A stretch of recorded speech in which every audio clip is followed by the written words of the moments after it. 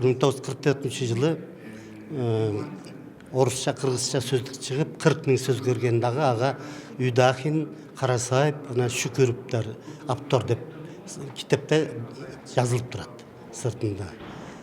Ал эми 10 жыл өткөндөн кийин 1957 жылкы орысша, кыргызча сөздүктө Қарасаев менен Шүкіровтың фамилиясы түшүп калган.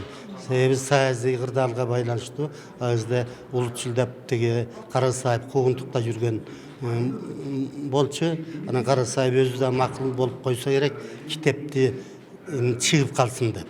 Эми эмне кылышыбыз керек? Эми колубузда 2 сөздүк турат.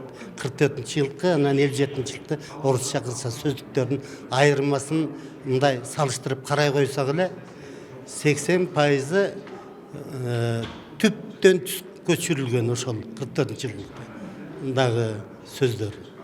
Демек бул айрым субъективдүү себептерге байланыштуу гана Карасаев менен Шүкүров кирбей калгандагы ошо мезгилге ылайык.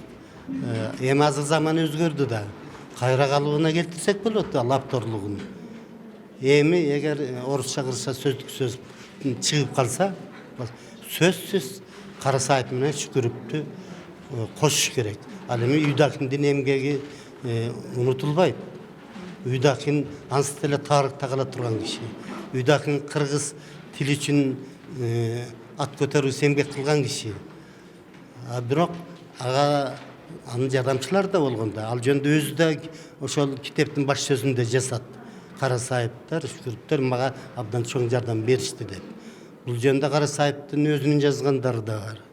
Ошон үчүн тарыхый чындык калыбына келтирилиши керек